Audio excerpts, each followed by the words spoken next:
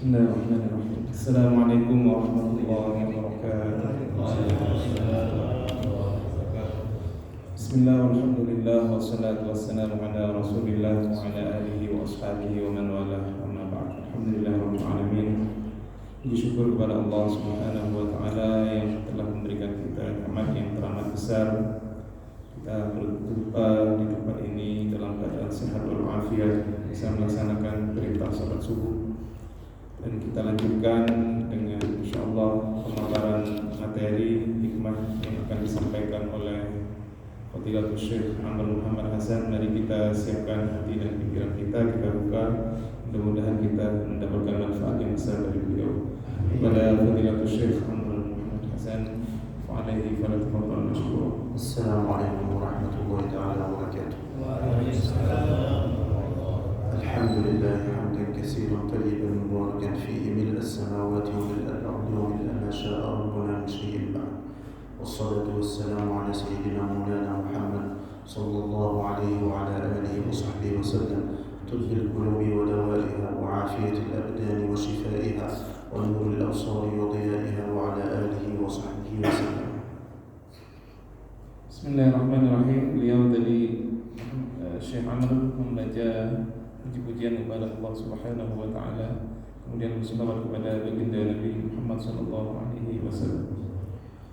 أما بعد الحمد لله على نعمة الإسلام الحمد لله على نعمة القرآن الحمد لله على نعمة النبي المصطفى العلام صلى الله عليه وآله وصحبه وسلم. بارك الله لنا ولكم في شهر رجب ونسأل الله سبحانه وتعالى أن يكرمنا بإحياء ليلة الإسراء والمعراج، وهي إن شاء الله هذه الليلة ليلة الخميس. نسأل الله القبول إن شاء الله. Alhamdulillahirabbil alamin, yang telah memberikan kita nikmat yang teramat besar, dan juga di bulan yang Rajab ini kita bertepatan dengan Isra Mi'raj, dan itu bertepatan insyaallah nanti malam. Mudah-mudahan kita semuanya diberikan qabul, diterima semua amal-amal kita oleh Allah Subhanahu wa taala. Amin. وليلة الإسراء والمعراج هي ليلة مباركة من أعظم الليالي عند سيدنا مولانا رسول الله صلى الله عليه وسلم، لأنه فيها التقى بالملأ الأعلى ثم التقى بالملائكة العظام عليهم السلام، ورأى ربه سبحانه وتعالى في هذه الليلة المباركة. Malam Isra dan Mi'raj termasuk malam yang sangat diagungkan dalam agama Islam, karena pada malam ini baginda Nabi Muhammad SAW bertemu dengan Allah Subhanahu wa taala dan juga bertemu dengan para malaikat. فنسأل الله سبحانه وتعالى أن يتقبل منا ومنكم اللهم آمين. اليوم إن شاء الله سنكمل في دراسة الفقه، وسنتكلم عن صلاتين، صلاة الكسوف وصلاة الخسوف إن شاء الله. Alhamdulillah atas nikmat yang besar tadi, dan kita meneruskan pembelajaran kita tentang fikih, di mana kita akan bahas pada kesempatan kali ini tentang sholat dua gerhana, yaitu gerhana bulan dan gerhana matahari. والكسوف هو كسوف الشمس، وصلاة الخسوف هي صلاة خسوف القمر، وحكمهما أنهما سنة مؤكدة عن النبي المصطفى صلى الله عليه وسلم. Adapun yang dinamakan sholat kusuf pakai kaf, kusuf adalah sholat gerhana matahari. Adapun sholat khusuf pakai kha adalah sholat yang digunakan untuk gerhana bulan. فيسن للرجال والنساء وللمسافر والمقيم أن يصلي هذه الصلاة إذا حصل الكسوف أو الخسوف.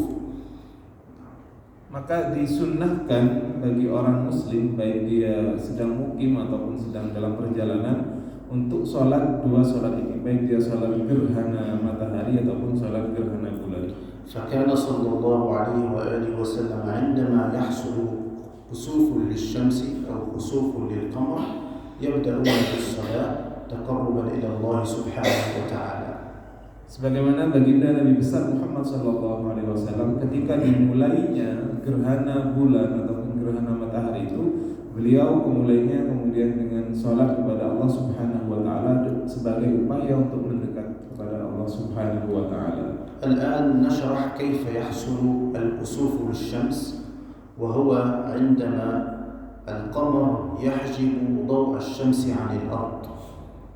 طبعا معروف أن الشمس هكذا والأرض تدور حول الشمس، فهذه الدورة للأرض حول الشمس تأتي بالفصول الأربعة: الشتاء والصيف والربيع والخريف، ثم القمر هو يدور حول الأرض. Sebagaimana kita ingin jelaskan bagaimana terjadinya sholat gerhana matahari itu. Maka gerhana matahari apabila terjadi apabila matahari cahayanya itu kemudian terhalang oleh bulan. Sebagaimana kita ketahui, bumi itu mengelilingi matahari.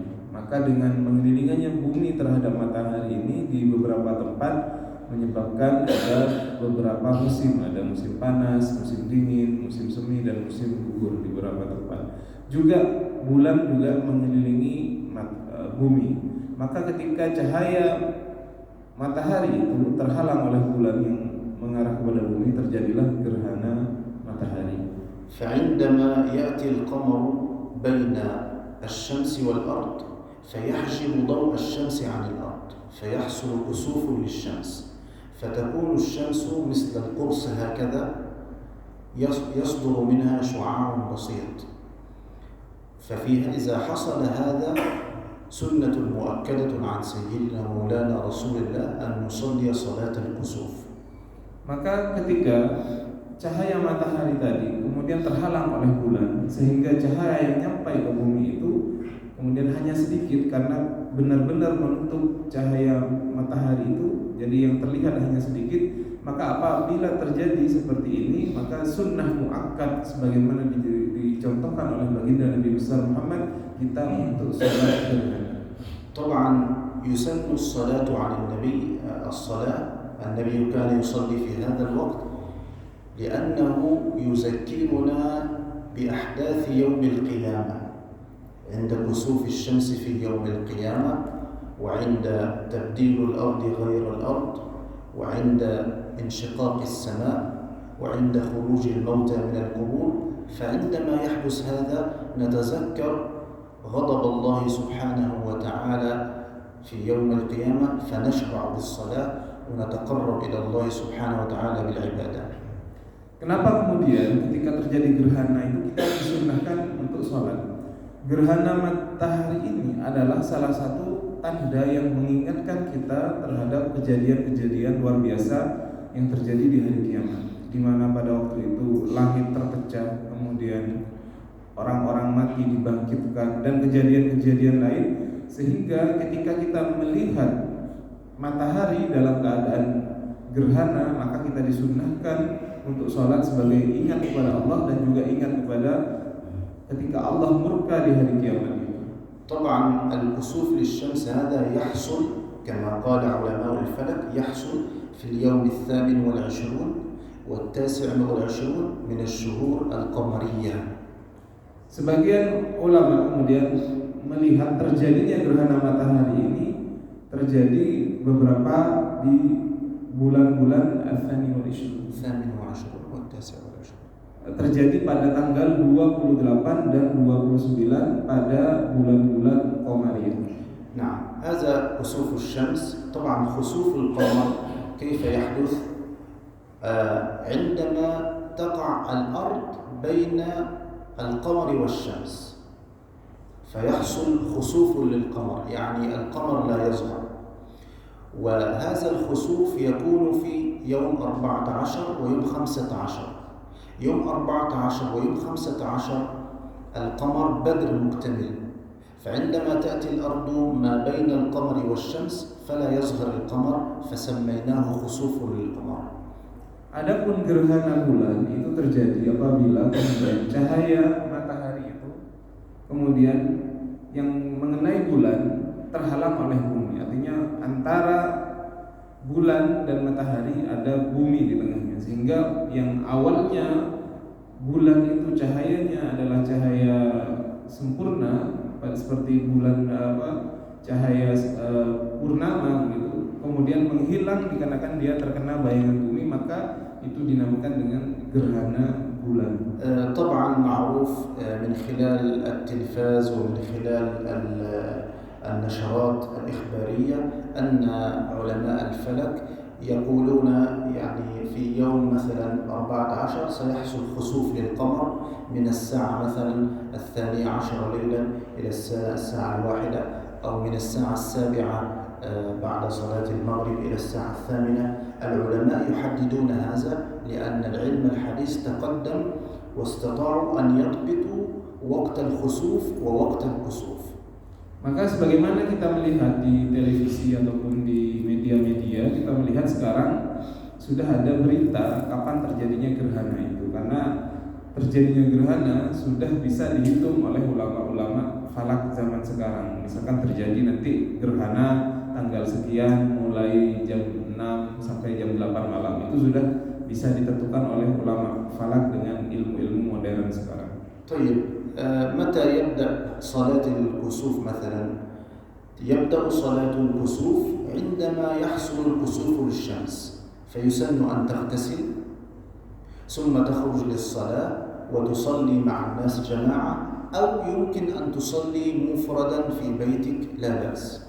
Kemudian kapan kita disunnahkan untuk sholat ketika terjadi gerhana matahari? Misalkan dimulainya waktu sholat terjadi gerhana ketika pas gerhana baru mulai, maka itu kita disunnahkan untuk sholat dengan mandi terlebih dahulu, kemudian berangkat ke masjid untuk sholat berjamaah bersama jemaah yang lain, ataupun boleh dilakukan dengan mandiri dengan sholat sendiri di rumah.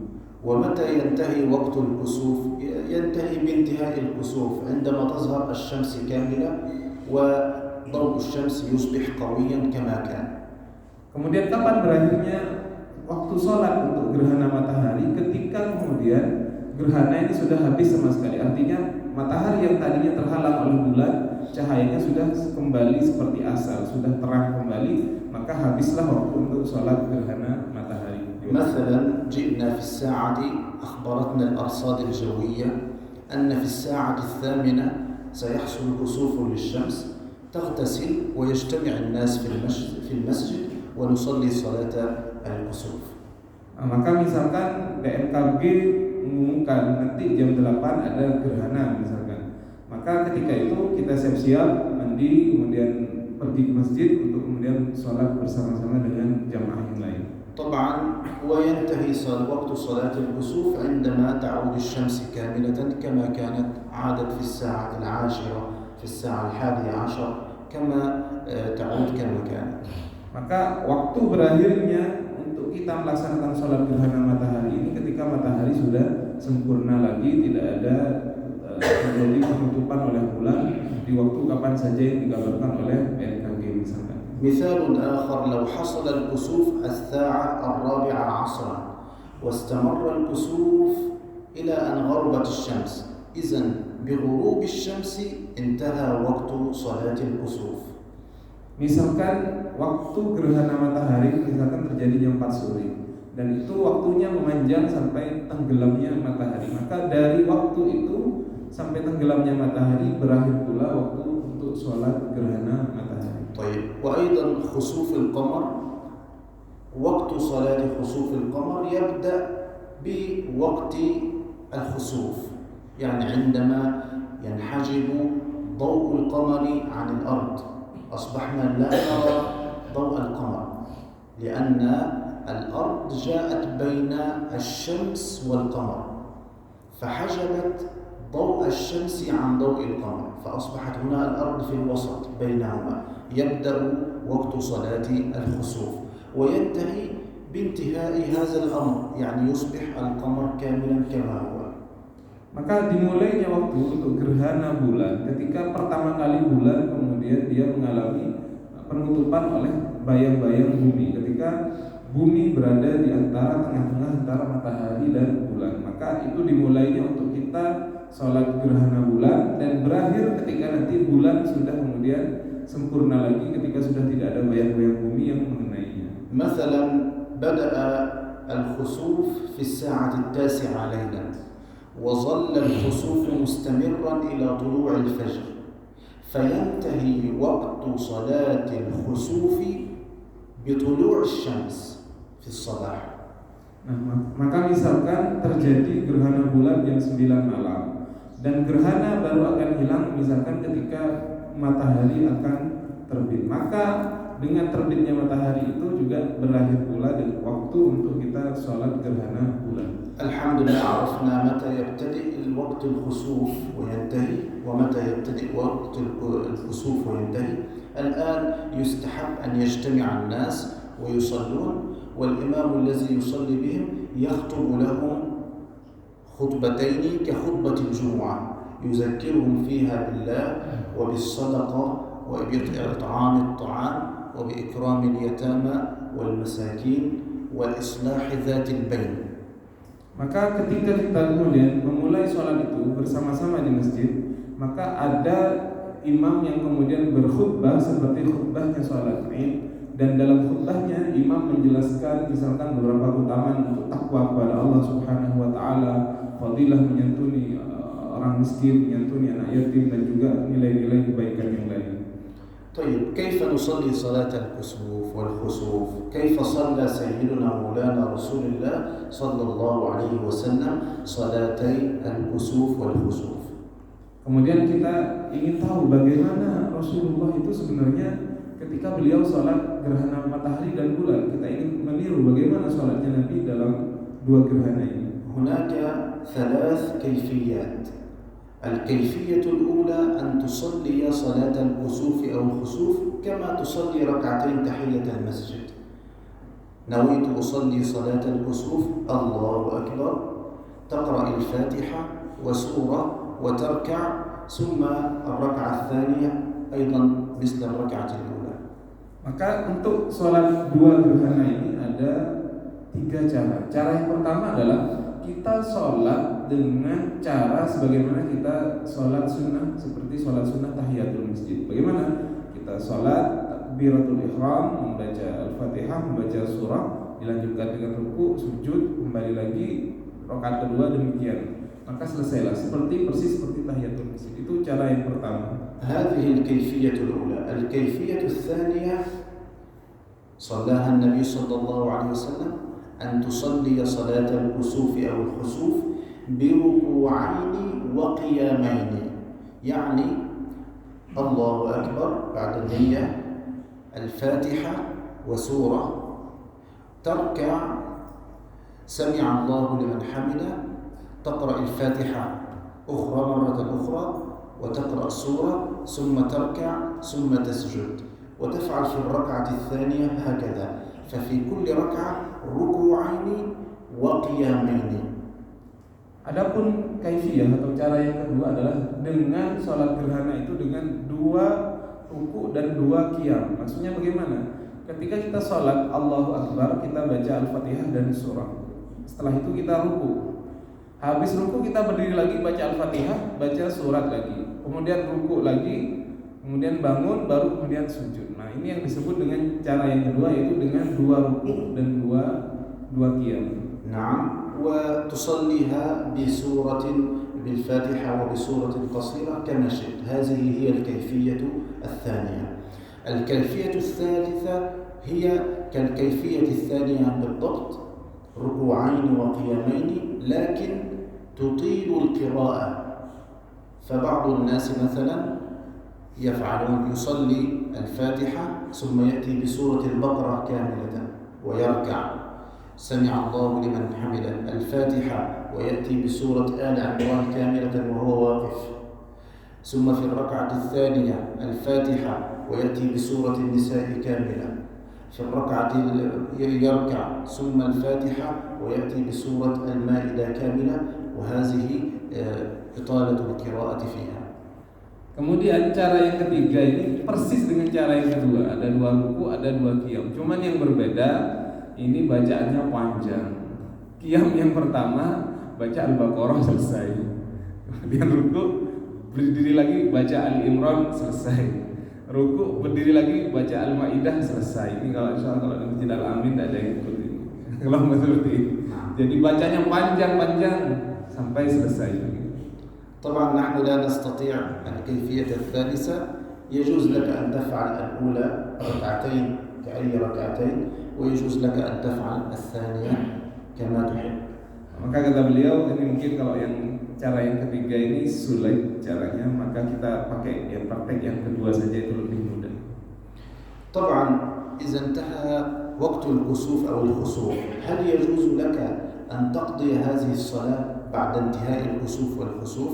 طبعا بانتهاء وقت صلاة الكسوف والخسوف لا يجوز لك أن تقضيهما، وإذا قضيتهما يعني صليت ركعتين بنية صلاة الكسوف أو الخسوف لا تصح هذه الصلاة. Maka seperti ini, sholat gerhana ini tidak ada istilahnya dia qadha. Artinya ketika dia sudah selesai, waktunya sudah habis, tidak ada qadha, tidak boleh kita mengulang untuk sholat gerhana. Maka habislah waktu untuk sholat, maka sudah tidak ada sholat lagi. Dengan itu kita sudah tidak ada waktu untuk sholat lagi ketika sudah habis masa gerhananya. نعم. أخيرا يستحب عندما يحصل الكسوف أو الخسوف أن نفزع إلى الصلاة وأن نلتجئ إلى الله سبحانه وتعالى بالدعاء والتضرع والخوف من الله سبحانه وتعالى.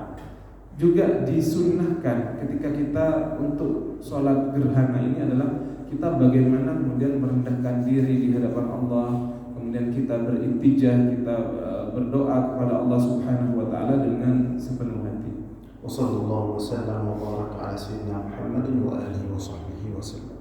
Kemudian yang menutup dengan sholawat tadi, dipersilakan mungkin ada yang perlu ditanyakan perihal masalah sholat dua gerhana ataupun pertanyaan-pertanyaan lain yang pernah kita ajarkan di masjid ini. Saya berikan.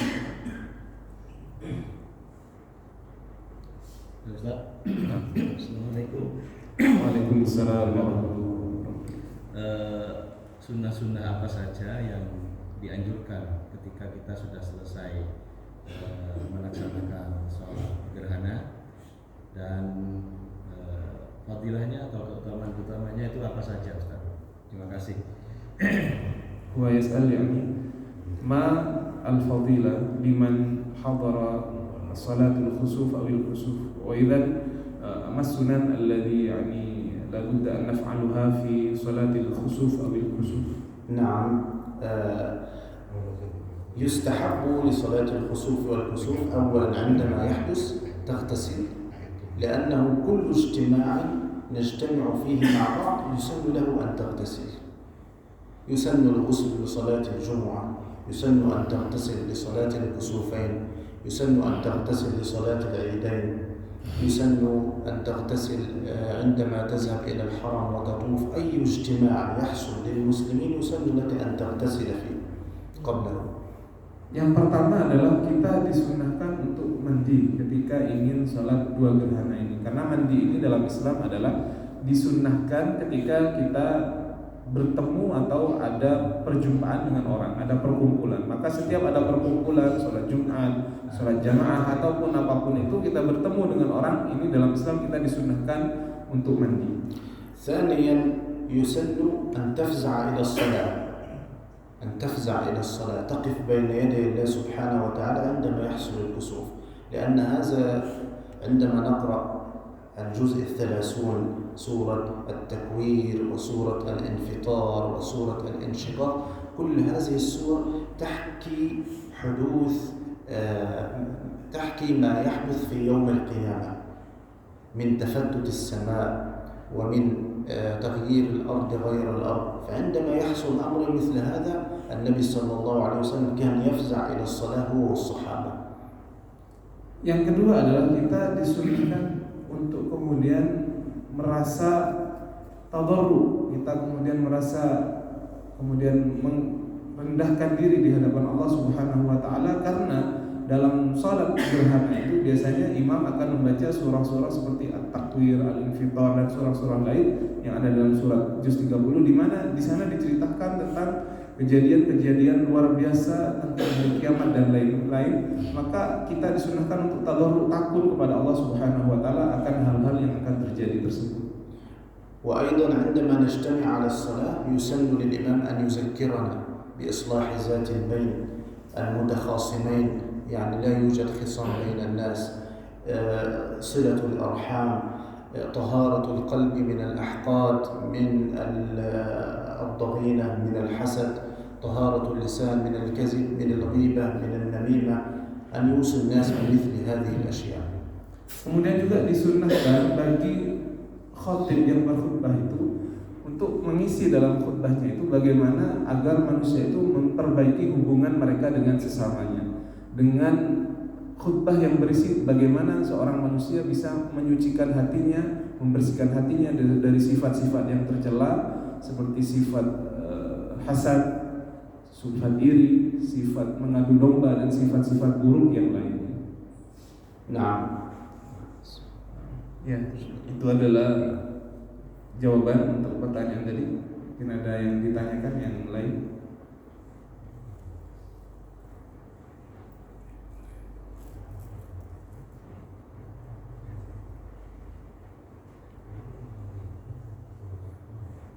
Tidak ada? Ya, baik. Terima kasih. Tidak ada pertanyaan. Kita tutup dengan doa. اللهم لك الحمد يا حنان يا منان يا بديع السماوات والأرض يا ذا الجلال والإكرام يا أرحم الراحمين يا أرحم الراحمين يا أرحم الراحمين. اللهم صل على عبدك ونبيك سيدنا مولانا محمد صلى الله عليه وآله وسلم. اللهم إنا نسألك العفو والعافية والمعافاة التامة في ديننا ودنيانا وآخرتنا. اللهم إنا نسألك رضاك والجنة ونعوذ بك من سخطك والنار. اللهم إنا نسألك علما نافعا وقلبا خاشعا وعملا متقبلا ولسانا صادقا وشفاء من كل داء برحمتك يا أرحم الراحمين. اللهم إنا نسألك العفو والعافية في ديننا ودنيانا وآخرتنا.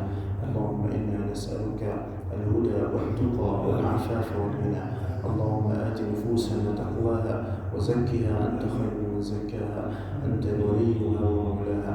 ربنا اغفر لنا ولإخواننا الذين سبقونا بالإيمان ولا تجعل في قلوبنا غلا للذين آمنوا. ربنا إنك رؤوف رحيم. ربنا آتنا في الدنيا حسنة وفي الآخرة حسنة وقنا عذاب النار. وصلى الله وسلم وبارك على سيدنا محمد وآله وصحبه أجمعين والحمد لله رب العالمين. الفاتحة.